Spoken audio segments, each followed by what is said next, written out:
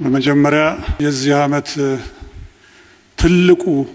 ትልልቆቹ አጀንዳዎቻችን ከሆኑት ከሁለቱ አንዱ ለሆነው ለዚህ ለኢትዮጵያ ሀገራዊ ምክክር ትልቅ ቦታ በመስጠት የፌዴራልና የክልል መንግስታት መሪዎች፣ ሚኒስትሮች ጉዳዩ በቀጥታም በተዘዋዋሪም የሚመለከታችሁ ከፍተኛ ባለስልጣናት በዛሬው ዕለት ተገናኝተን ቀጣዩ ስራችንን እንድንመክርበት እድሉን ስላመቻችሁልን በኮሚሽኑ ስም በድጋሚ ምስጋናዬን አቀርባለሁ። በተቻለኝ መጠን ጉዟችን ምን ይመስል እንደነበረ እና በአሁኑ ሰዓት ምን ላይ እንደምንገኝ በቀጣይ ፊት ለፊታችን ያሉት ስራዎች ምን እንደሚመስሉ ለማስረዳት እንሞክራለን። አንድ ቴብል አለ። የኢትዮጵያ ሕዝቦች ዙሪያውን ቁጭ ብለዋል።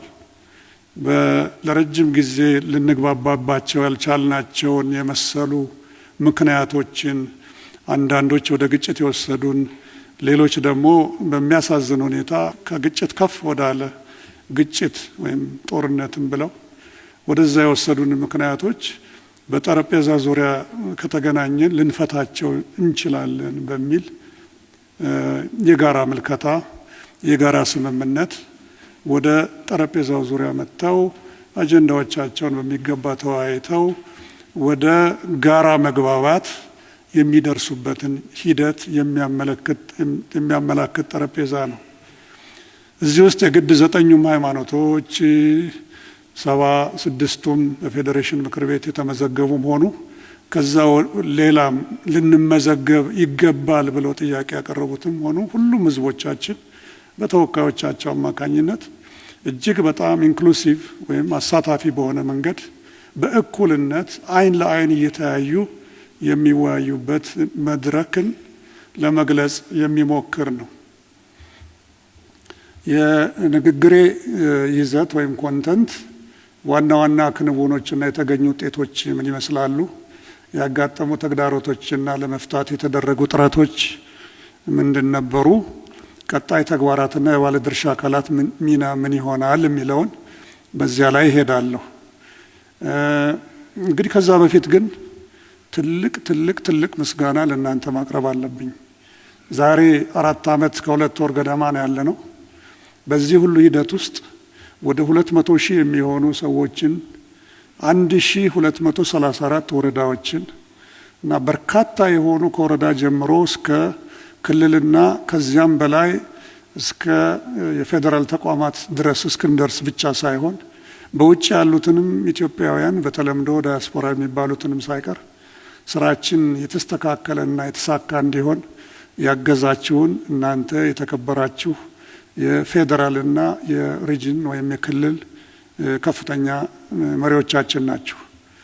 ከመጀመሪያው ጀምሮ ላይን ሚኒስትሪስ መኪና በመስጠት ብዙ እገዛዎችን በማድረግ የሙያ እገዛም ጭምር፣ ክልሎች በሄድንበት ጊዜ ደግሞ የራሳችሁ ስራ በማድረግ ኮር የሆኑ ሰዎችን በመስጠት ርዕሳነ መስተዳድሩም 2 ከንቲባዎቻችንም ጨምሮ ይሄኛ ስራ ነው ብላችሁ ባታግዙን ኖሮ የህዝብ ተወካዮች ምክር ቤት ከአፈ ጉባኤው ጀምሮ፣ የፌዴሬሽን ምክር ቤት ከአፈ ጉባኤው ጀምሮ፣ የህዝብ ተወካዮች ምክር ቤት የተለያዩ ቋሚ ኮሚቴዎች፣ በተለይ ደግሞ የዲሞክራሲ ጉዳዮች ቋሚ ኮሚቴ ይህ ስራ የኛ ነው፣ እኛ እዚህ ውስጥ ጎላ ብለን መታየት አለብን ባትሉ ኖሮ ዛሬ የምናገረውን ነገር ልናገረው ባልቻልኩም ነበር። ይሄ ስራ በተሻለ መጠን የሁሉንም ኮሚሽነሮች ኃላፊነትን የወሰደ፣ ሁሉንም ኮሚሽነሮች እንቅልፍ አልባ ሌሊቶች እንዲኖራቸው ያደረገ፣ ኤክስፐርቶቻችን፣ ሰራተኞቻችን ጥረት ነው ሁላችንም እዚህ ያደረሰና ለዚህም ከፍተኛ ምስጋናዬን ባቀርብና በዚህ ፖዚቲቭ በሆነ ኖት ብጀምር የተሻለ ነው። ይሄ ኮሚሽን የህዝብ ተወካዮች ምክር ቤት በአዋጅ ቁጥር 1265/2014 በሚገርም ሁኔታ እንግዲህ ጓደኞቼም ሊያግዙኝ ይችላሉ፣ የሚገርም አዋጅ ኃላፊነቱን ለኮሚሽኑ ይስጥ እንጂ ዋናውን ኃላፊነትና ወሳኝነቱን የሚወስዱት ህዝቦቻችን እንደመሆናቸው መጠን እጅግ አሳታፊና አካታች በሆነ መንገድ እታች ያሉትን ህዝቦቻችንን ፐሪፈራል ወይም ከመሃል ውጭ ያሉትንም ወገኖቻችንን አርብቶ አደሮቻችን አርሶ አደሮቻችን የተለያዩ የማህበረሰብ ክፍሎች የተዘነጉ የማህበረሰብ ክፍሎቻችንን የተፈናቀሉ ወገኖቻችንን ሴቶቻችንን በተቻለ መጠን በህግ ማዕቀፍም በሜቶዶሎጂም ውስጥ በማካተት የአካል ጉዳተኞቻችንን በአጠቃላይ እጅግ አካታች በየትም ሀገር ባልተሰራ የኢንክሉሲቪቲ እና የፓርቲሲፓቶሪ አካሄድ እንዲቀመር የተደረገው መነሻው ይሄ አዋጅ 1265 ዝባር 2014 በመሆኑ ነው። አንዳንድ ጊዜም በቀልድ መልክ እንናገራለን። ምን ነው እንደ ሌሎች ቀለል ያለ አካሄድ ቢኖረው ብዙ በሰራን ነበር፣ እንደተባለው ጊዜ በ3 ዓመት ባጠናቀቅን ነበር። ምን ነው እንደ ኬንያ በተወሰነ አጀንዳ ላይ የተወሰኑ ማህበረሰብ ክፍሎች ወይም እንደ ቱኒዚያ ወይም እንደ ሳውዝ አፍሪካ ወይም እንደ ማሊ ወይም እንደ ቤኒን ሌሎቹ ቢሆን ኖሮ ይህን ስራ መስራት ይቻል ነበር። ግን ምን ያህል ውጤታማ ይሆናል የሚለው እሱ ደግሞ ብዙ የሚያነጋግር ነው። ስለዚህ ነው እንግዲህ አላማችን ርዕያችን እጅግ መሰረታዊ በሆኑ ባላግባቡን ጉዳዮች ላይ ሀገራዊ መግባባት ተፈጥሮ ማየት ነው። ይሄን ነው። ይሄ ደግሞ ተጀምሯል። በኋላ መጣበታለሁ። የኮሚሽኑ ዓላማዎች በአዋጁ ላይ በሚገባ የተጠቀሰ ነው። በህብረተሰብ ክፍሎች እንዲሁም በመንግስትና በህዝብ መካከል ያለውን ግንኙነት ማሻሻልና መተማመንን መፍጠር፣ አዲስ የፖለቲካ ስርዓት መገንባት፣ ለዲሞክራሲያዊ ስርዓት መሰረት መጣል፣ ወቅታዊ ችግሮች ተፈተውና ዘላቂና አስተማማኝ ሰላምን ማረጋገጥ፣ ጠንካራና ቅቡልነት ያለው ሀገረ መንግስት ለመገንባት መሰረት መጣል። እንግዲህ እዚህ የምታዩቸው ምስሎች አንዳንድ ቦታ ላይ ካልሆነ በስተቀር እነኚህ ትክክለኛ የሆኑ ሪል የሆኑ በየቦታው እንግዲህ ዛሬውን ያርገውና መሀላችን ሊገኙ ይገባ ነበር። አቶ ዘገየ ወይም ኮሚሽነር ዘገየ በ84 ዓመት እድሜያቸው ያልሄዱባቸው አካባቢዎች የሉም። ደቡብ፣ ምዕራብ፣ ደቡብ በየቦታው በየክልሎቻችን በዚህ እድሜ ሄደው ወይም ሄደን ሁላችንም ያገኘናቸውን የማህበረሰብ ክፍሎች ነው የምታዩትና እንግዲህ ዋናው ዓላማ ይሄ የሀገራዊ ምክክር ሂደት ዝም ብሎ ኦቨርናይት የታሰበ አይደለም። የተከበራችሁ የሀገራችን መሪዎች እንደምታውቁት የግጭት መፍቻ መንገዶችን ነፍጡንም ዱላውንም ከዘራውንም ጎራዴውንም ሁሉንም ሞክረነዋል። እየደረስን ያለነው ግን ወደ ውድመት እንጂ ወደ ልማት አይደለም። ስለዚህ ያንን ወደዛ ለመድረስ የሚያስፈልገን ወደ መግባባት የሚወስድ መንገድ ነው የሚል የኢትዮጵያ ሕዝቦች ሲጠይቁ 1 ዓመት 2 ዓመት አይደለም፣ ብዙ በርካታ ዓመታትን እንቆጥራለን። መልሶቹ ኔጌቲቭ ነበሩ። ምንድነው ምን ያስፈልጋል የሚል ነበር። በኋላ ግን እንግዲህ ይሄ መንግስት ይሄ ሕዝብ ተወካዮች ምክር ቤት ትልቅ ክሬዲቱን ሊወስድ ይገባዋል ብዬ አምናለሁ። ስለዚህ የለም እውነት ነው የሚሻለን ለመግባባት አንድ መፍትሄ መፍጠር አለብን። ስለዚህ ለመግባባት መነጋገር አለብን። ለመነጋገር ደግሞ የሚያስፈልገው መጀመሪያ በዛ በሰላም ወይም በሂደቱ መተማመን ነው። ከዛ በኋላ መነጋገር ይኖርብናል። ስንነጋገር መከባበር ያስፈልገናል። ከተነጋገርን ደግሞ መደማመጥ አለብን። ከተደማመጥን ያን ጊዜ እድለኛ ከሆን እንፋቀራለን፣ እንተዋወቃለን። ከሁሉ በላይ ግን አገራችንን መሀል አድርገን ወደ መግባባት እንደርሳለን። ይሄ ነው እንግዲህ መነሻው።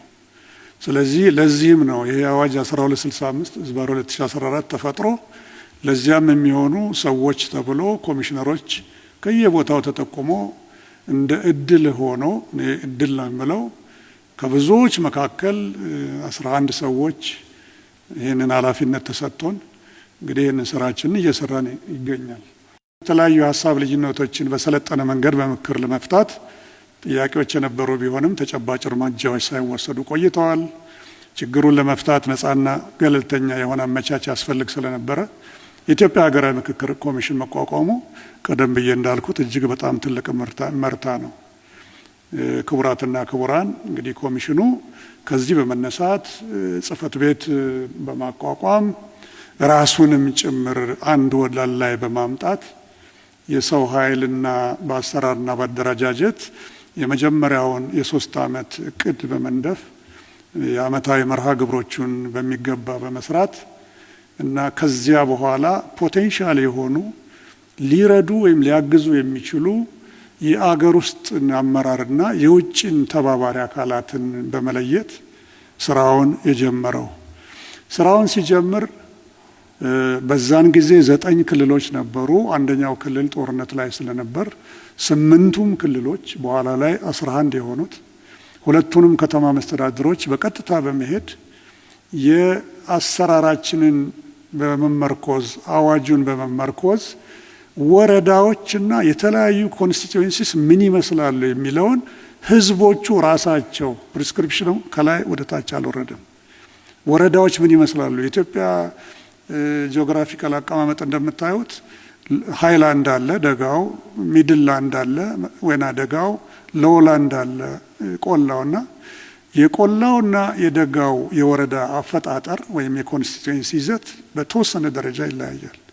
በአንደኛው ጋር አርብቶ አደር ሲበዛ በሌላው ጋር አርሶ አደር ይበዛል። በሌላኛው ጋር ድብልቅ ሊሆኑ ይችላሉ። ሌሎች በተፈጥሮ ላይ በወንዝና በውሃ ላይ የሚኖሩ ወገኖች ይኖራሉ። ስለዚህ እነኚህን ሁሉና በትክክል በማየት እነኚህን ኮንስቲትዩዌንሲዎች ከእያንዳንዱ ወረዳ ላይ ከ8 እስከ 12 የሚሆኑ ወረዳዎችን በመለየት እና እነኚህን 8 እስከ 12 የሚሆኑ ወረዳዎችን ተደራሽ ለማድረግ ደግሞ ኮሚሽኑ 1300 ወረዳዎችን የመድረስ አቅም ስለሌለው ተባባሪዎች አስፈላጊ በመሆናቸው በኋላ ላይ የምጠቅሳቸው ተባባሪዎችን ማግኘት ነበረበት። እንግዲህ ይሄ ስራ በተቻለ መጠን ኢንዲፔንደንት ሆኖ አካታችና አሳታፊ እንዲሆን ለማድረግ የተነሳ ነው። ከ1330 ገደማ ከሚሆኑ ወረዳዎቻችን ነው። ከዚያ ክልል፣ ከዚያ ፌደራል ተቋማት፣ ከዚያ እያለ ነው እንግዲህ ወደ ዲያስፖራው የተሄደውና ስለዚህ ገና በጠዋቱ እነኚህን ስራዎች ስንሰራ ኮሚሽኑ ደግሞ አማካሪ ያስፈልገዋል። ስለዚህ እነኚህን አማካሪዎቻችንን ከሁሉም በኋላ ላይ 12 ከሆኑት ክልሎች ትግራይንም ጨምሮ እንዲመረጡ በማድረግ አማካሪዎቻችን አብረውን ስራውን እንዲሰሩ እንዲያግዙን አድርገናል። በተቻለ መጠን ገለልተኛና ነፃ የሆነ ኮሚሽን ከመጀመሪያው እንዲዋቀር መደረጉ ምናልባት ለምናገረው ውጤት ከፍተኛ የሆነ አስተዋጽኦ አድርጓል ብዬ አስባለሁ። ሌላው እንግዲህ የአጀንዳ ሀሳብ የሚሰጡና በሀገራዊ ምክክር ጉባኤ ላይ የሚሳተፉ ተወካዮችን ከመጀመሪያው ጀምሮ ማስመረጥ ተችሏል።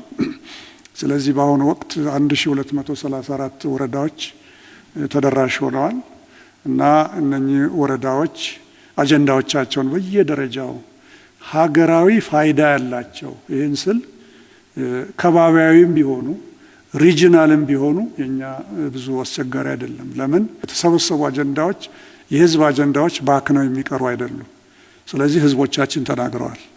ስለ መንግስቶቻችን ይሄን እንላለን፣ ስለ መሀል መንግስት ይሄን እንላለን፣ ከመሀል መንግስት ይሄን እንጠብቃለን፣ ከሶስቱም የመንግስት ኦርጋኖች ይሄን እንፈልጋለን። ህዝቦቻችን እንደምናስበው አይደለም። ይሄን ለእናንተ አልነግርም። አርብቶ አደሮቻችን፣ አርሶ አደሮቻችን ምናልባትም 1 ወይም 2 እና ከዛ በላይ ዲግሪ ያለን ከምንል ሰዎች በሚያስፈራና በሚያስደነግጥ በሚያኮራ ሁኔታ አገራቸውን ያውቃሉ። አገራቸው ምን እንደምትፈልግ እነሱ ምን እንደሚፈልጉ ያውቃሉ።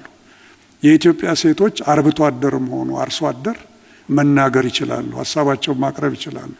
እድሉ ከተገኘላቸው መምከር ይችላሉ፣ ከትልልቆቹም ከልሂቃኑም ጋር። ይህንን ነው ያስተዋል ነው። እንግዲህ የማህበረሰብ ተወካዮች የልየታ ሂደት የተከናወነው ቀደም ብዬ እንዳልኩት ተባባሪ አካላትን በመጠቀም ነው ብያለሁ።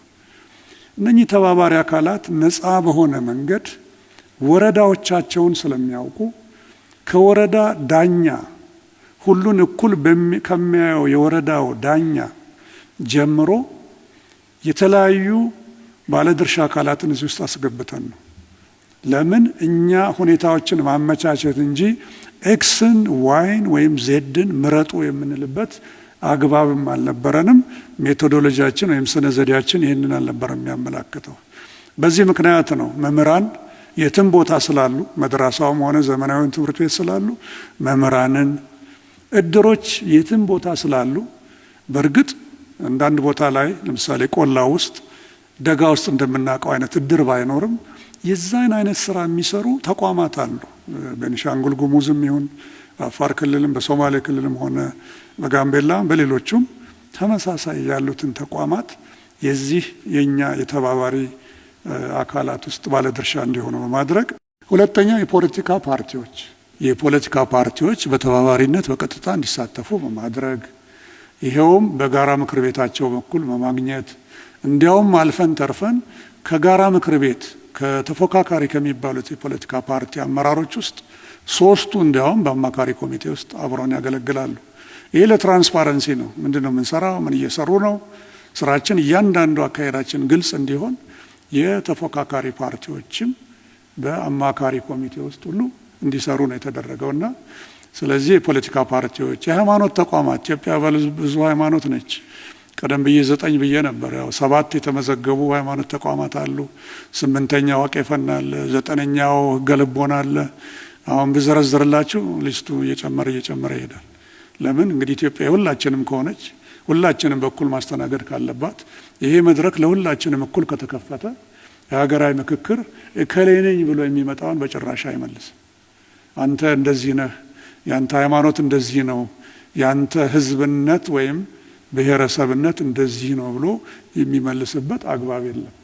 ስለዚህ እነሱም በወረዳ ጭምር በታዛቢነት እንዲገኙ፣ ወደ አንድ ያጋደለ አመራረጥ እንዳይኖር፣ የሲቪል ማህበረሰቡም በየቦታው ስላለ እነሱም በድርጅታቸው አማካኝነት በጋራ ምክር ቤታቸው አማካኝነት እንደዚሁ እነሱም አባላት እንዲሆኑ እና ቀደም ብዬ እንዳልኩት ዳኞች፣ የወረዳ አስተዳዳሪዎች እና በመጨረሻው እጅግ በጣም የጠቀመን የፌዴራል ዩኒቨርሲቲዎች ናቸው። ፌዴራል ዩኒቨርሲቲዎች በክልል ብቻ ታስረው ያሉ አይደሉም። የፌዴራል ዩኒቨርሲቲዎች የሁሉንም የኢትዮጵያ ተማሪዎችን ወደ የተቋማቸው ወስደው እውቀት እንዲገነዝቡ አድርገው የአካባቢውን ባህልና እውቀት ጭምር ይዘው ወደ የመጡበት እንዲሄዱ ምናልባትም እዛም ቀርተው እንዲያገለግሉ የሚያደርጉ ናቸው። ስለዚህ የፌዴራል ዩኒቨርሲቲዎችን ከመጀመሪያው ገና ከጠዋቱ በኮንሶርቲየማቸው በኩል በማግኘት እነሱም ተባባሪዎቻችን እንዲሆኑ አድርገናል።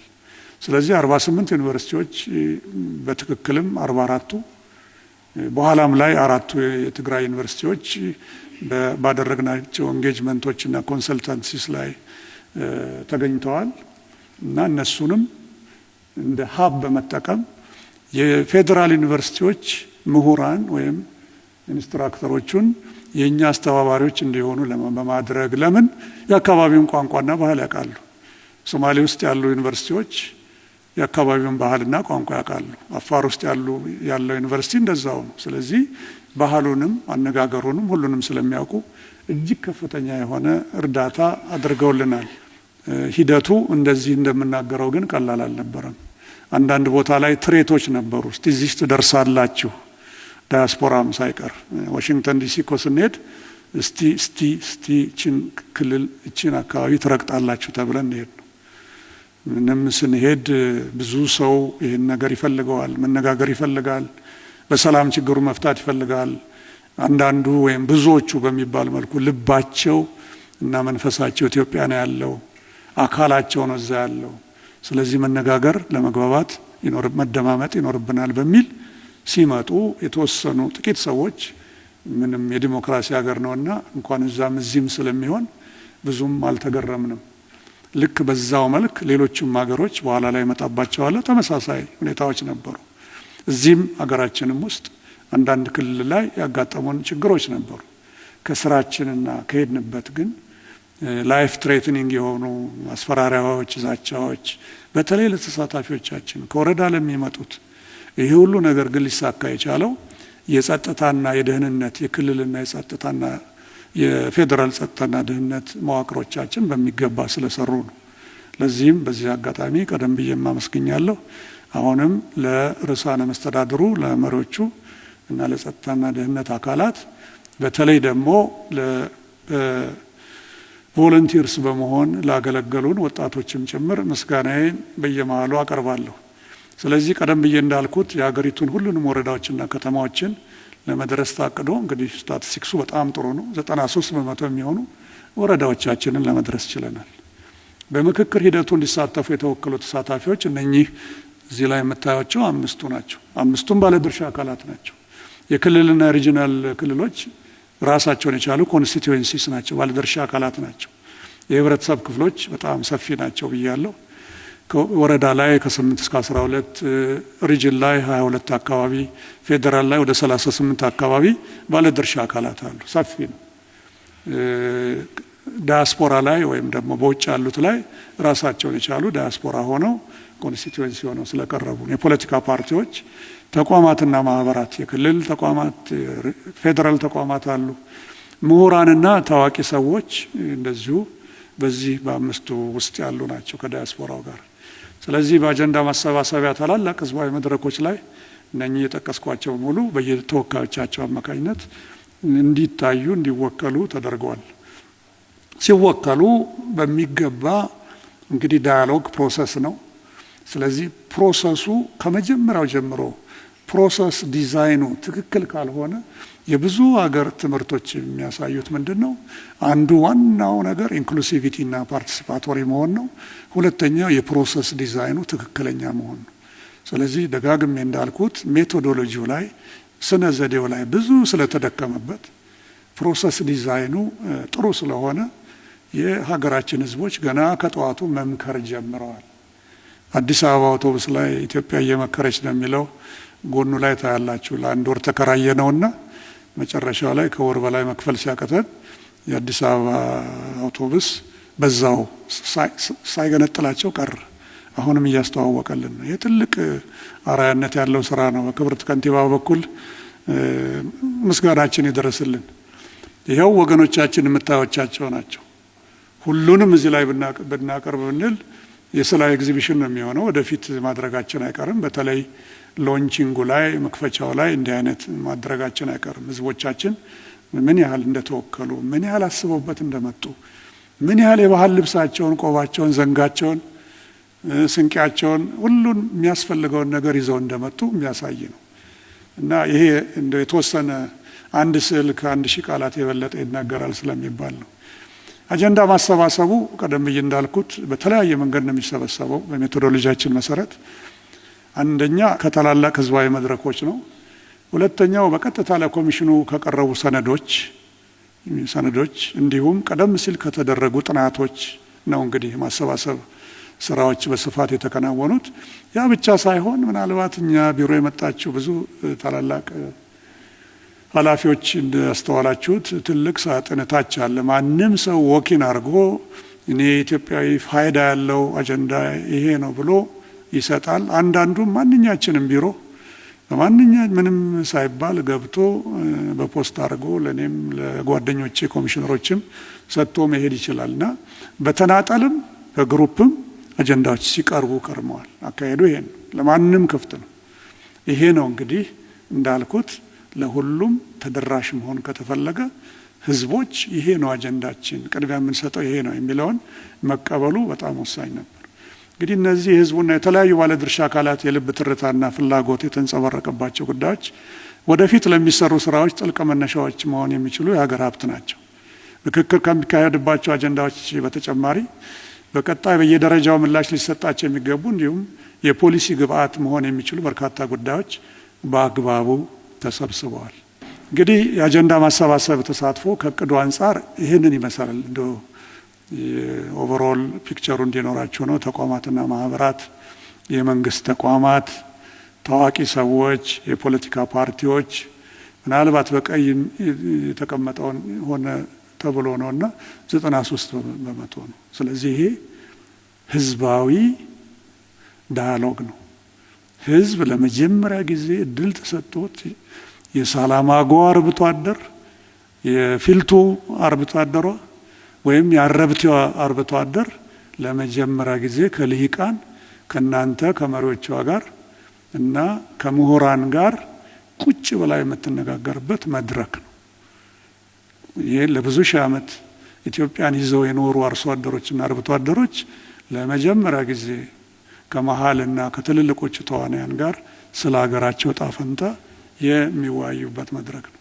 ይሄ እኔ ትልቅ ነገር ይመስለኛል፣ በተለይ ይህንን አካሄድ ለመቀመሩ።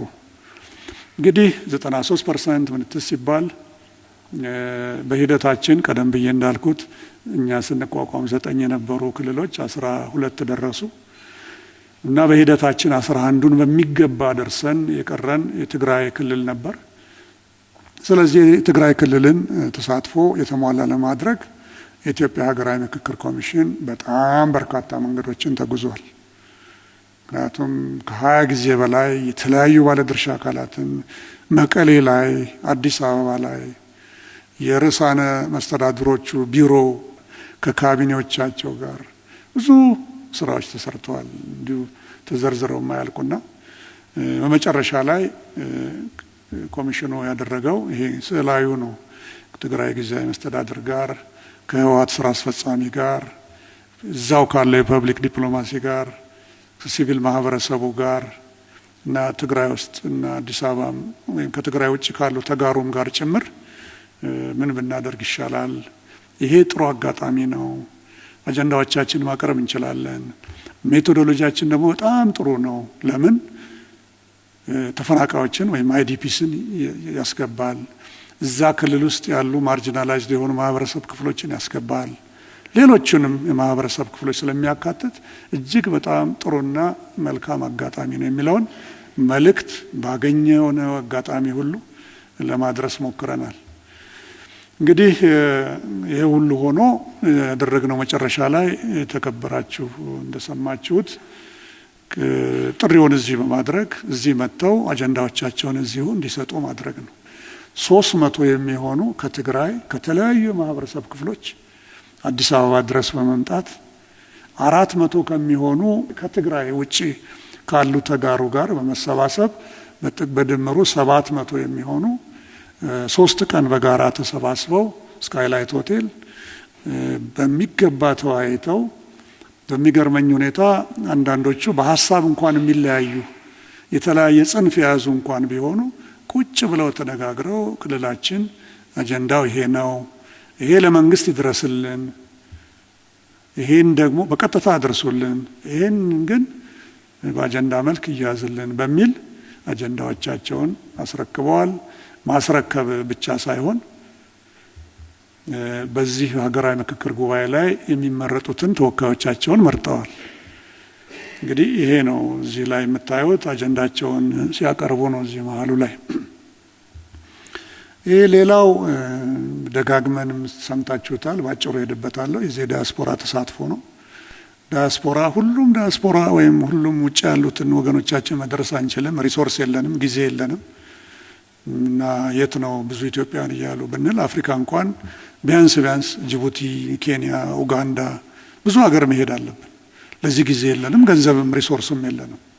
ሁለተኛ ነገር ደግሞ ይሄ ሀገራዊ ኢትዮጵያ ላይ ፎከስ ያደረገ ቢሆንም ግን እነኛን ወገኖቻችንን ትተን መሄዱ አግባብ ባለመሆኑ ቢያንስ እንደው በናሙና መልክ የተወሰኑ አካባቢዎች መሄድ ተገቢ ነው በሚል በደቡባዊ አፍሪካ ያሉትን ወገኖቻችንን በደቡብ አፍሪካ ኬፕ ታውን ላይ፣ ፕሪቶሪያ ላይ፣ በዩኤስ አሜሪካ ደግሞ ወይም ደግሞ በትራንስ አትላንቲክ ዋሽንግተን ዲሲ እና ካናዳ ቶሮንቶ ላይ፣ ዩናይትድ ኪንግደም እዛው አካባቢ ያሉት አየርላንድንም ጨምሮ ያካተተው በለንደን ላይ፣ ስዊድን ደግሞ እንደዚሁ ስካንዲኔቪያና የአውሮፓ አካባቢ ለሚመጡ ሰዎች እድል ለመክፈት ስቶክሆልም ላይ እና በተባበሩት አረብ ኤሚሬትስ አቡዳቢና ዱባይ ላይ አድርገናል።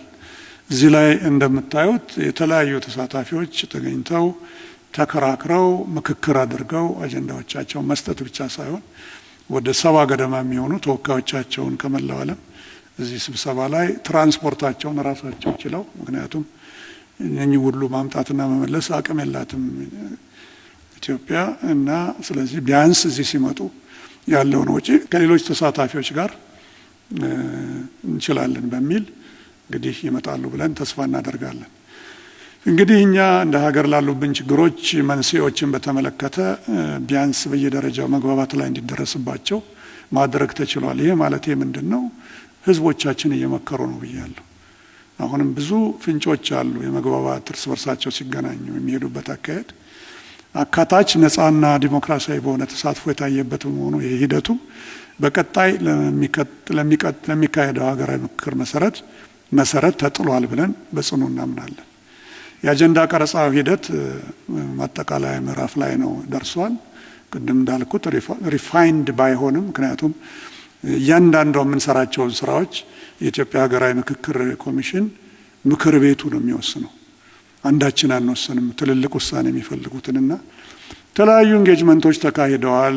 ስራችንን ስንጀምር የሃይማኖት ተቋማትን ይዘን ነው በእነሱ ቡራኬ ነው ስራ የጀመርነው። በቡራኬያቸው ብቻ ሳይሆን በዚህ በአጀንዳ ሂደቱም በትክክል እንዲሳተፉ ተደርገዋል። ለምሳሌ የእስልምና ጠቅላይ ምክር ቤት በሚገባ ተሰብስቦ በሚገባ የተጠና አጀንዳን አቅርቧል።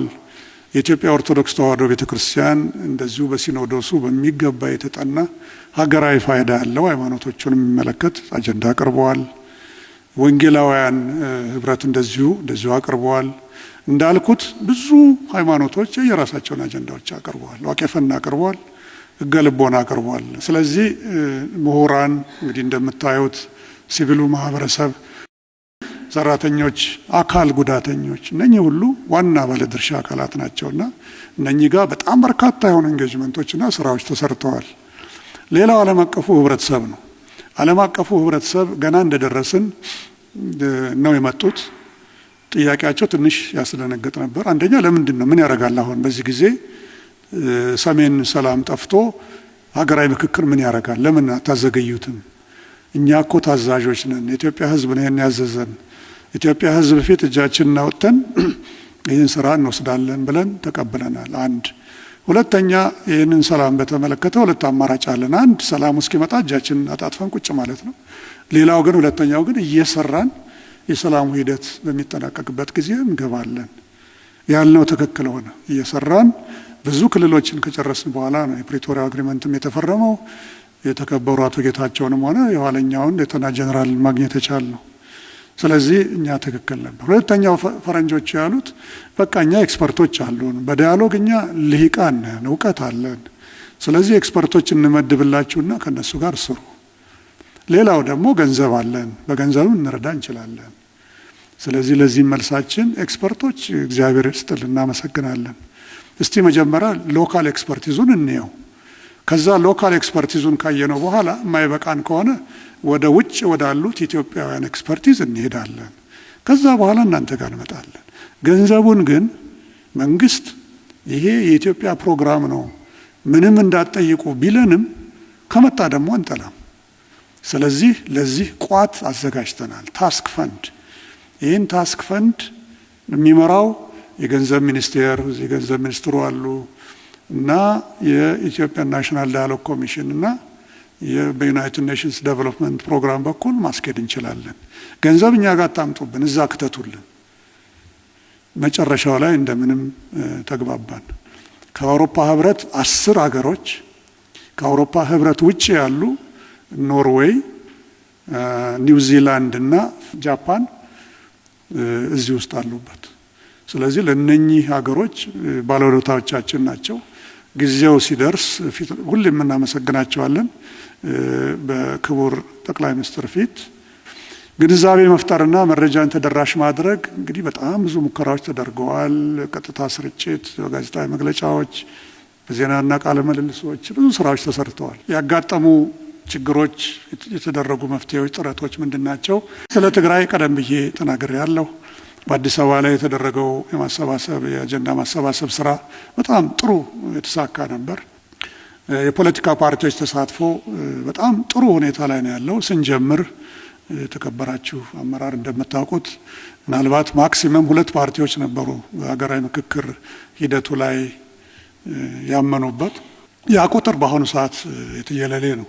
በርካቶች ማጆሪቲ ፓርቲዎች ከጎናችን እየሰሩ ነው። ቅድም እንደተናገርኩት 3 ጠንካራ የሆኑ የተቃዋሚ ወይም የተፎካካሪ የሚባሉት የፖለቲካ ፓርቲዎች አማካሪ ኮሚቴ አባሎች ናቸው። ከጅምሩ ያልተሳተፉ እንዲሁም በሂደቱ ሲሳተፉ ቆይተው ያቋረጡ የተወሰኑ ፓርቲዎች ተስተውለዋል። ኮሚሽኑ ፓርቲዎቹ በምክክሩ ሂደት ላለመሳተፋቸው በምክንያት ለሚያነሷቸውና በስልጣን ክልሉ ሊታዩ የሚችሉ ችግሮችን ለመፍታት ጥረት አድርገዋል። አንዳንዶቹ ከኛ ውጭ ናቸው። ልክ አሁን ትግራይ ላይ ስንሄድ ያቀረቡልን ምንድነው ፕሪቶሪያ አግሪመንት ብዙ ጥያቄዎች ነበሩ ከኛ ማንዴት ውጭ የሆኑ